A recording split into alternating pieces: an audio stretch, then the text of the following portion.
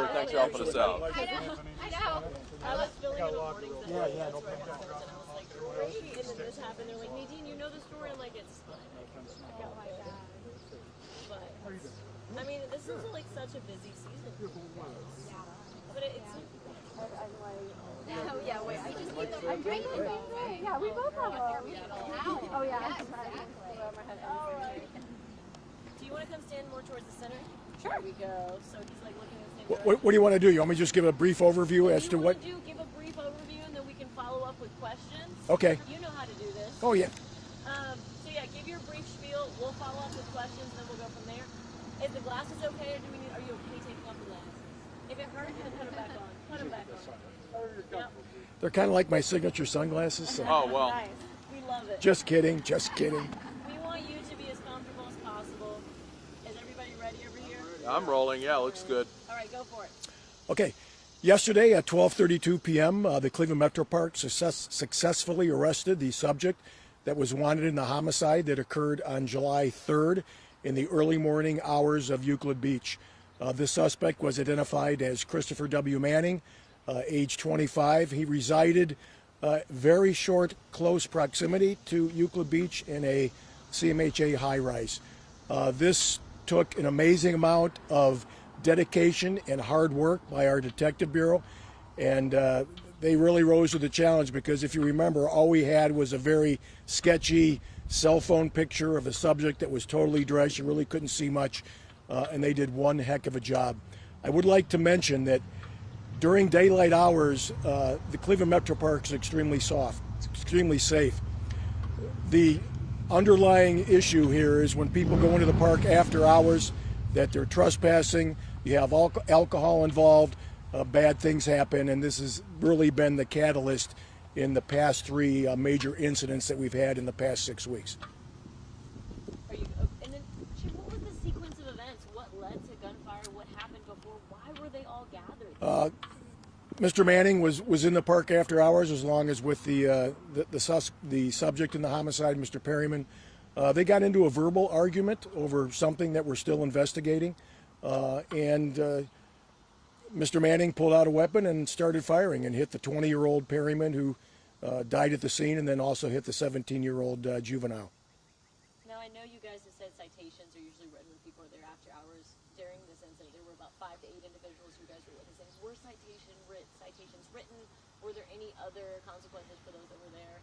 No, citations were not written at that time. What was beneficial for us is that all personnel that were there, even though they were there illegally, did stay and were very cooperative with the investigation. So, based on the collaborative effort of those people, we felt it was best just to, advise them and send them. But they stuck around and gave us good, credible information that obviously led to this subject's arrest. Can you talk more about that investigation? I know you said you had a huge crime scene to comb through, lots of evidence, kind of what got you over the edge, in arresting him? Well, really, what got us over the edge is the hard and dedicated work of the Detective Bureau, because they really had no clues other than a grainy picture and developed clues, developed leads, looked at hours and hours and hours of surveillance video from various properties around the area, and by chance during one of those times they were looking, they identified what they felt could be the suspect, and that's how it all started, and they took it from there.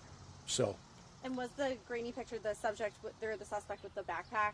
Yes. Is that him? Okay. Yep. And did he maintain that backpack? I mean, it seemed like the backpack was the only thing that was really recognizable. Well, an interesting footnote, when he was arrested yesterday, he was still wearing the same clothes that he wore the night of the homicide. Now, during the investigation, the crime scene was so large. Did it all take place at Euclid Beach? Yes, it did. Yeah, it did. It all took place at Euclid Beach in close proximity to the concession stand and the pavilion, if you're familiar with that area. Now, one thing we keep hearing, you have reiterated this, is like we went to Euclid Beach, people are still there. Some people are still in shock, and they fear that these metro parks that they go to so often, are they not safe?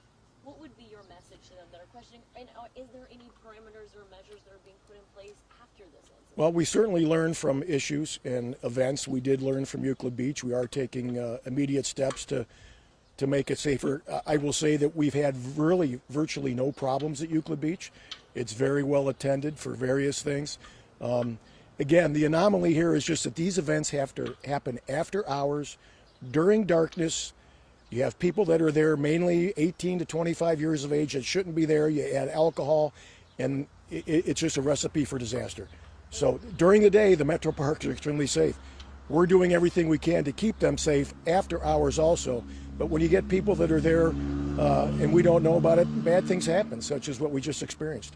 What are some of those measures that you guys are trying to Well, we're going to be putting in more security cameras, installing license plate readers, making sure that those parks are proactively patrolled as they are now, but we're just going to step up our game a little bit. And the people that are there after hours, unfortunately, aren't going to just be warned and sent. They're going to get a ticket and reap the consequences. So. And forgive me for my lack of knowledge. I remember there was someone that transported themselves to the hospital during that incident. Was there anyone else injured or impacted? No, just a 17-year-old who had non-life-threatening injuries and the 20-year-old who succumbed to his gunshot wounds.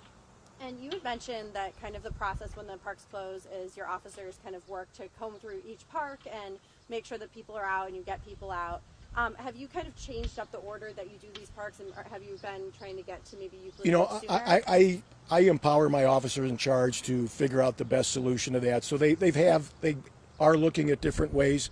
You know, they have a set protocol that they've done. We have 18 reservations that we're responsible for, so that's an extremely large area to go and hit each one to make sure that people aren't there after hours. So, yes, when bad things happen, we do change our course of protocol, so to speak. So we have a few things in the works. Did anybody come forward for that $5,000 reward with a tip? Do you know? I do not know. That's a good question, but I am not at the point to answer that correctly. So does it go to the department if no one came forward? No, it doesn't. No. Charges? Murder for the 20-year-old and attempted murder on the 17-year-old. Did we miss anything? I mean, obviously the overall thing is people are questioning if the parks are still safe, and you kind of answered. Yeah, no, I think I reiterated that the parks are really safe. You know, we have a great police department, very dedicated individuals, as shown with this arrest. They had virtually nothing to go on other than a horrible picture, and here we are, 2 weeks later, with subject under arrest and basically case closed. Jackie, anybody else? Anything else you want to say? Thanks for supporting the Cleveland Metroparks. You did great. Thank so you. much. Thanks, Chief. Got it. And that was all of 6 minutes and 30 seconds. Cha-ching, baba bing. All right. Perfect. Not too Appreciate bad. the efficiency and the collaboration. Try to be. Thank you so Oh, much. good, good. Well, good deal. Maybe one day we'll do a story that's not someone getting shot.